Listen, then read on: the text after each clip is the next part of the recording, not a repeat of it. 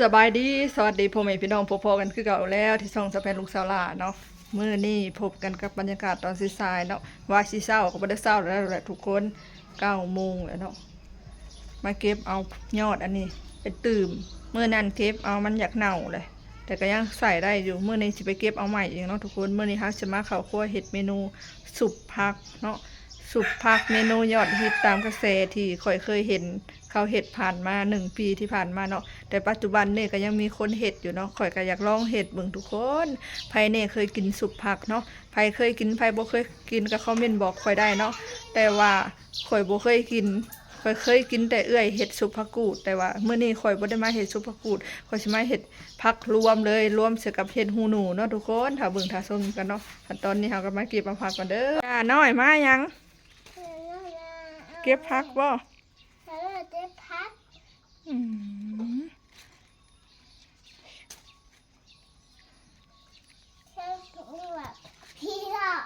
ไม่ใช่ผีกกยังอันนี้เครือยังอันนี้เครือหมักบัวจะเป็นหูจักความเนาะมันจะไปนาหลายมือเนาะ2 มื้อแล้วมันจะไปนาเนาะอยู่บ้าน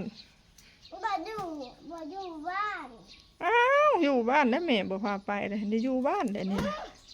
บ่อยู่เสียบ่อยู่ว่าผิดใจหน่อยหนึ่งก็หายแล้วได้ทุกคนซองเบิ่งเพียงงูสิต่อตาเลย6นี่งูเขียวยามพ่นนี่งูเขียวงูอีหยังอันหมุนเข้ามาแล้วได้นี่มัน6ยามผ่ายามพ่นเนาะเฮ็ดเมนูสุปผักเด้อทุกคนมื้อนี้ส่วนประกอบของเฮาที่เฮาจะมาเฮ็ดเมนูมื้อนี้ก็คือเฮ็ดหูหนูลวกแล้วเรียบร้อยเนาะถ้าก็ลวกแล้วใหม่ๆอายยังร้อนๆอยู่เลยเฮ็ดหูหนูก็ลายเติบนะทุกคนส่วนประกอบของข่อยคือใส่เฮ็ดหูหนูเนาะแล้วก็ยอดหมักอื้อเนาะทุกคนยอดหมักอื้อยอดหมักบวบนี่ก็เด็ดเอาในส่วนตัวเองแหละมันอยากเน่าเลยนี่ดำๆอันนี้สิเป็นยอดหมักอื้ออันนี้นะใส่ยอดหมักอื้อนำเนาะยอดหมักอื้อยอดหมักบวบแล้วผักกาดขาวทุกคนผักกาดขาวเอาครึ่งหัวเนาะเอาบลายส่วนประกอบมื้อนี้ก็มีเห็ดหูหนูมียอดหมักอื้อยอดหมักบวบแล้วก็ผักกาดขาวเนาะมาลองเห็ดครั้งแรกบ่ฮู้สิแซ่บหรือมาข้างหม้อเนาะทุกคนหม้อกำลังร้อนเนาะเฮาสิมาลวกผักกาดขาวก่อน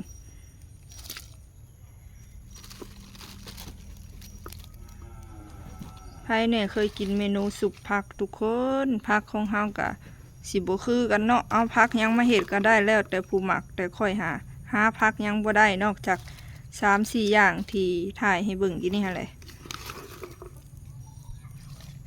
ผักนี่แม่นเฮาจะลวกปนกันเลยเนาะกับผักกาดขาวกินนี่นะลวกใส่บาตรเดียวเลยกรอบของเฮาก็ลวกมาแล้วเป็นทีเรียบร้อยเนาะทุกคนเฮาก็เอามารวมกันเนาะ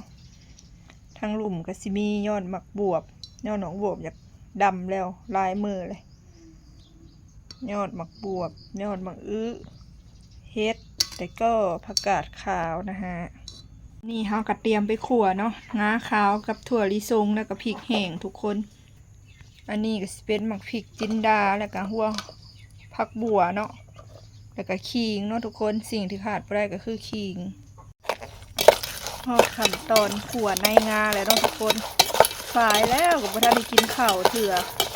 ยังเห็ดกินบ่แล้วเนาะข้าวที่ใส่ทั้งหมักพริกดิบแล้วก็หมักพริกห่าวลงไปเนาะพริกแห้งลงไปนะหลังจากที่เฮาขั่วแล้วเรียบร้อยเฮาก็มาตำเนาะทุกคน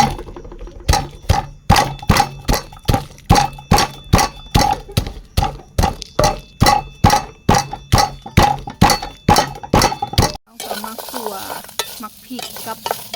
ขิงเลยก็หัวหอมใส่กันต่อเนาะหัวเรื่อง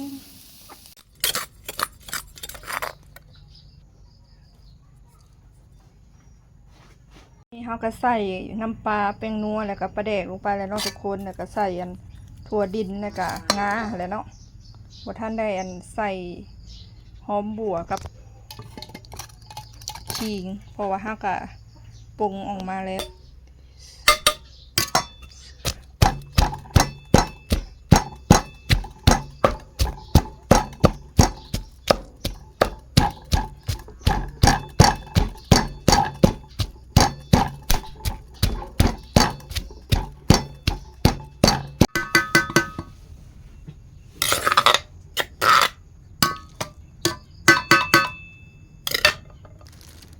เฮาก็ปรุงแล้วเรียบร้อยแล้วเนาะทุกคนเดี๋ยวเฮาสิมาซาวเนาะซาวให้มันเข้ากันแล้วก็จังซีมเบิ่งเนาะว่ามันสิแซ่บบ่เฮ็ดเทื่อแรกทุกคนเอ้ยเอามือซาวแบบนี้เลยเนาะมันจังเข้าเนื้อเข้าหนังกันดีขนาดมันจังทั่วถึงหน้าตาสุกภาคของเฮากับประมาณนี้เนาะทุกคนมาเด้อมากินน้ำกันเด้อเดี๋ยวซิให้เบิ่งก่อนว่าแซ่บหรือบ่เฮ็ดครั้งแรกเนาะเอาเนาะทุกคนขอโตวกินข้าวก่อนเนาะสบายดีบ้างไหมน้อง เป็นอะไรสุกภาคฝีมือสัน แต่จางวันนั้น จางๆหน่อยหนึงใส่เกลือลงไป ใส่เกลือใส่น้ำปลา จะกินก็เพียงอันนี้ทอดไข่น้ ไข่ดาว ำไข่ดาวแม่เพิ่นเฮ็ดไว้บ่ เผ็ด มึงน่ะเฮ็ดตอนใดวะฝนตกเมื่อคืนนี่ทุกคนแต่เชี่ยวเอ้าเมื่อคืนนี่ตีหนึ่งเนาะหัวเมื่อมาผ้าเหลื่อมผ้าดังป๊ากแห้งอะไรแห้งแล้วก็มาบตื่นมาจังว่าย่านล้มเนาะล้มแห้งเมื่อคืนนี่ผ้าเหลื่อมผ้าดังอีกฝนหากระแห้งเติบทุกคนเมื่อคืนนี่ฝนตกกลางเว้นมาก็เอ้าคือเก่ากลางเว้นมาเอ้ากลางคืนมาฝนตกเที่ยงคืนมาเนี่ยก็ตกมิวกี้อ่ะอายาเอิญมิวกี้ก็หายโว้ยอยากเปลี่ยนสื่อลานคนก็ได้อยากเปลี่ยนสื่อทุกคนเลยเอิญสื่ออันแท้เพิ่นนะหายอยากเอิญอยากให้เอิญอีลาน้อย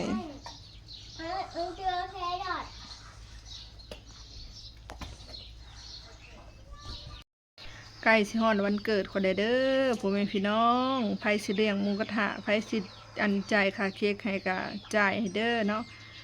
เฒ่าแล้วทุกคนเลยให้ถ้วยเนาะว่าค่อยครบรอบจักปี20ต้นขึ้นไปแล้วทุกคนเอ้ยวันที่5เดือนมิถุนาเดือน6เนี่ยก็เป็นวันเกิดเนาะ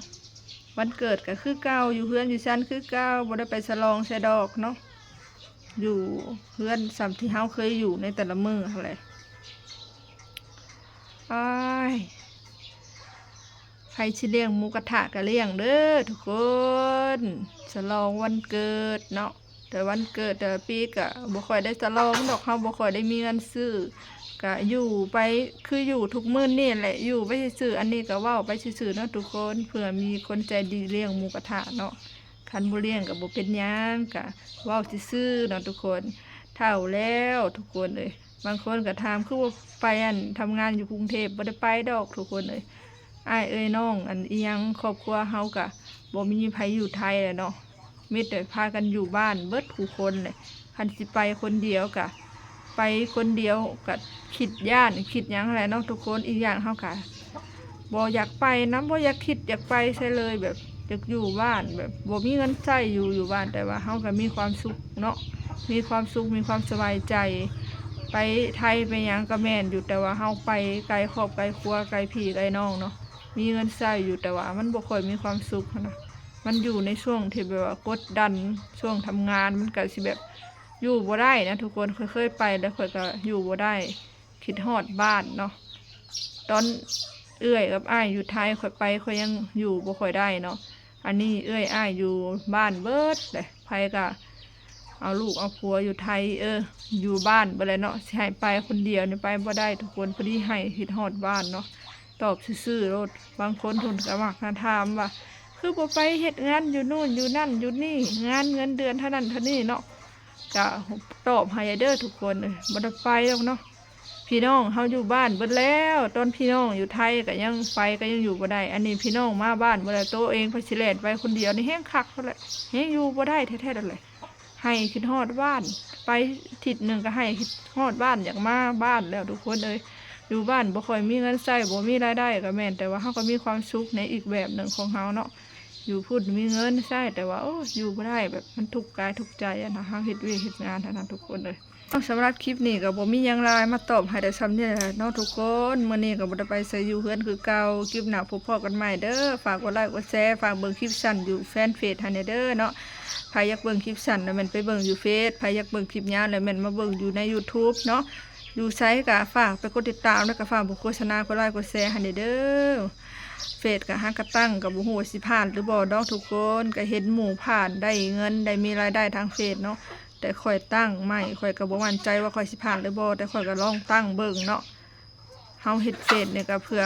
มีความหวังว่าจะมีรายได้อีกทางหนึงแหละบ่น้อยก็หลายบ่หลายก็น้อยเนาะแบบว่าเฮาก็อยากอยู่บ้านเท่านะเฮาบ่อยากไปหาแบบทำงานอยู่ต่างประเทศต่างเมืองต่างแดนต่างไกลขนาดแบบมันไกลมันอยู่บ่ได้ค่อยก็เลยตั้งเฟซขึ้นมาแล้วก็ YouTube ขึ้นมาเพื่อมีรายได้เล็กน้อยเนาะอยู่บ้านไปก็มีความสุขไปเนาะทุกคนเอาละเนาะคลิปหน้าเว้า